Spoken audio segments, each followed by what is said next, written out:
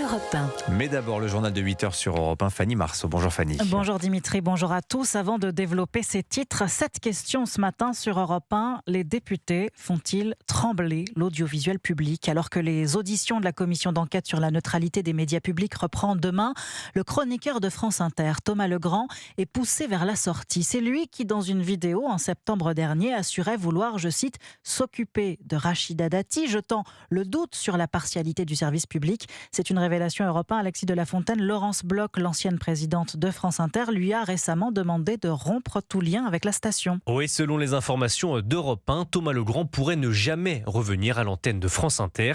Le journaliste politique a rencontré cette semaine Laurence Bloch en toute discrétion.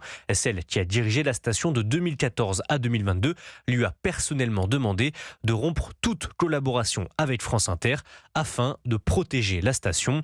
En interne, la radio publique négocierait avec l'avocat du journaliste pour trouver un accord avant son audition devant la commission d'enquête parlementaire qui aura lieu ce jeudi. Objectif, lui permettre d'éluder les questions sur son ancien employeur en justifiant ne plus avoir de contrat avec Radio France. Pour rappel, ces auditions ont lieu sous serment. Thomas Legrand devra alors se justifier sur les propos relayés par le média L'Incorrect et les accusations de collusion entre la radio publique et le Parti socialiste. Interrogé par Europe 1, Laurence Bloch nie avoir été missionné par France Inter ou Radio France. C'est une initiative personnelle, mais à l'issue de son rendez-vous, elle lui a tout de même glissé. Évidemment, Thomas, on ne dit pas qu'on s'est vu. Alexis de la Fontaine. À la une également ce matin, cette nouvelle visite d'Emmanuel Macron à Marseille. Plus d'un mois après l'assassinat de Mehdi Kessassi, le chef de l'État tient sa promesse et il entend afficher sa fermeté face au narcotrafic. Il faut dire que les chiffres avancés par la préfecture de police des Bouches-du-Rhône sont encourageants. Une chute du nombre de points de deal, 2000 mises en examen dans des dossiers de trafic de stupéfiants. Mais c'est encore loin d'être suffisant face à la puissance des réseaux de trafiquants de drogue. Reportage du correspondant d'Europe 1, Stéphane Burgat. Les réseaux restent non seulement puissants, mais leur détermination paraît sans limite. Les forces de l'ordre sentent qu'un changement s'opère depuis plusieurs semaines, rapporte Arnaud Blaise, policier dans les quartiers nord et représentant syndical Unité. Ah là oui, il y a des caps qui sont franchis clairement. Les personnes chargées de la sécurité des points de deal n'étaient pas armées. Aujourd'hui, elles sont armées. C'est pas toujours des ports d'armes directement sur eux, mais des armes à proximité du point, oui. C'est-à-dire qu'en cas d'attaque, ils peuvent riposter plus facilement. C'est des guerres de territoire qui sont de plus en plus ressenties et présentes. Il y a beaucoup à gagner et donc c'est plus intéressant d'avoir le monopole sur tous les quartiers. Et selon lui, certains témoignages en disent long sur les rapports de force dans les quartiers. Les habitants font parfois remonter des informations sidérantes aux policiers. Ce sont des gens du réseau qui préviennent les habitants de leur quartier. On leur dit ce soir à partir de 17h, vous rentrez chez vous, vous ne restez pas dehors et vous ne vous mettez pas à proximité des fenêtres puisqu'il y a des risques de règlement de compte. La terreur est maintenue au sein des esprits de chaque habitant dans certains quartiers, oui. Optimiste et combatif, ce policier espère gagner la guerre contre les narcos, mais lucide, il souligne, ça sera difficile car aujourd'hui les narcotrafiquants ont une grosse longueur d'avance.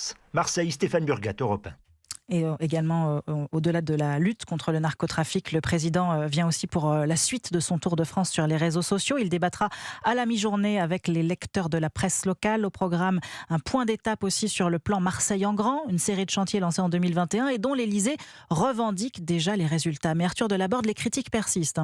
Un plan à 5 milliards d'euros dont le bilan reste controversé. La Cour des comptes l'a sévèrement étrillé, le jugeant mal piloté, avec un chiffre qui marque 1,31% seulement des crédits décaissés fin 2023.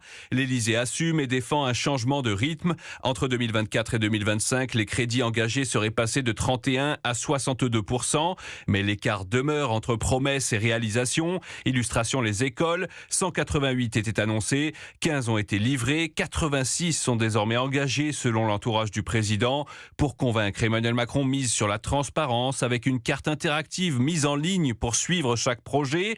Reste l'urgence sécuritaire à Marseille, le narcotrafic. Le président promet de ne rien lâcher, mais a priori pas d'annonce majeure à attendre aujourd'hui. Seulement des symboles. Emmanuel Macron va inaugurer un nouveau commissariat et l'extension de la prison des Baumettes. Arthur Delaborde du service politique d'Europe 1. À Marseille, Emmanuel Macron sera rejoint par le ministre de l'Intérieur. Mais avant cela, Laurent Nunez fera escale à Trévoux dans l'Ain. Les habitants sont toujours sous le choc ce matin après l'explosion hier d'un immeuble d'habitation. Le bilan fait état de 2 morts, 2 enfants de 3 et 5 ans. 13 personnes ont été blessées. Signe de la puissance de la déflagration, de nombreuses vitres soufflées dans les bâtiments alentours. Le maire de la ville confirme ce matin que c'est une fuite de gaz qui est à l'origine de l'explosion. Et puis l'émotion toujours vive à Sydney en Australie après l'attentat antisémite qui a fait au moins 15 morts dont un Français et 40 blessés dimanche.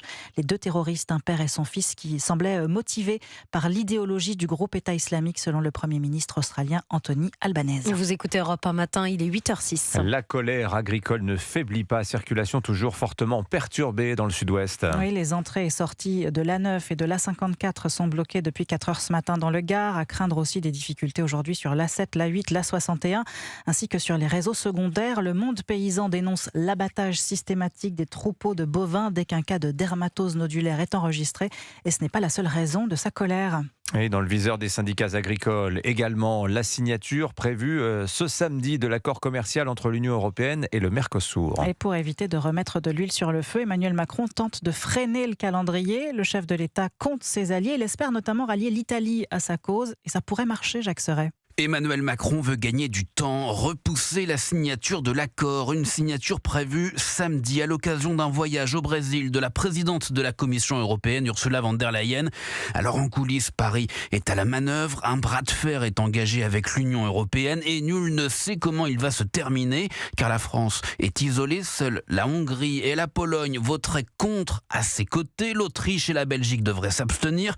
Le flou est total et c'est l'Italie qui pourrait se retrouver dans le rôle d'arbitre. 2 sources diplomatiques rapportent auprès de l'agence Reuters à Bruxelles que la présidente du Conseil italien, Giorgia Meloni, et le président français, Emmanuel Macron, se seraient mis d'accord sur la nécessité de reporter le vote.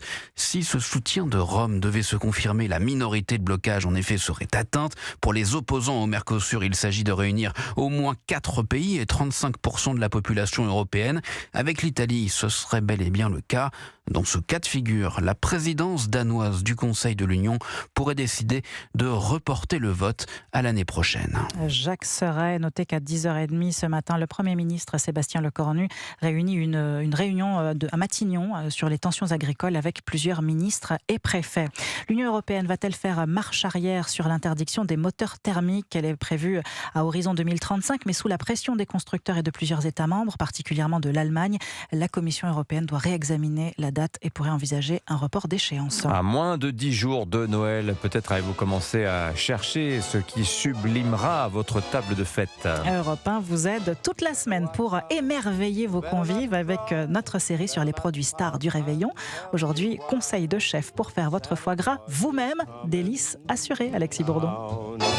Premier ingrédient selon Médéric Mas, spécialiste du foie gras, la patience. Il faut un peu de temps, comptez au moins 48 heures, le mieux c'est 4-5 jours. Vous le travaillez le samedi et le dimanche avant Noël et vous pourrez le déguster ensuite dans des bonnes conditions. 141 ans que sa famille fabrique du foie gras avec la même base pour démarrer la recette. Déjà il faut un très beau foie cru. Vous pourrez le faire avec votre boucher, lui demander son avis. Soit vous le prenez déveiné, c'est-à-dire que les veines ont déjà été enlevées, soit vous le prenez entier et vous allez le déveiner vous-même. Étape suivante, la réalisation et l'assaisonnement. Prenez votre foie gras, vous allez le mettre à plat dans un plat à four par exemple, une plaque, et vous allez l'assaisonner. On dit 12 grammes de sel par kilo, du poivre et là votre mélange d'alcool avec un dosage par kilo de foie gras. Nous on met du Porto, d'autres mettent de l'Armagnac, d'autres du cognac, à votre recette, à vos goûts. Laissez reposer au minimum 24 heures pour ensuite mettre au four 25 à 30 minutes à 120 degrés.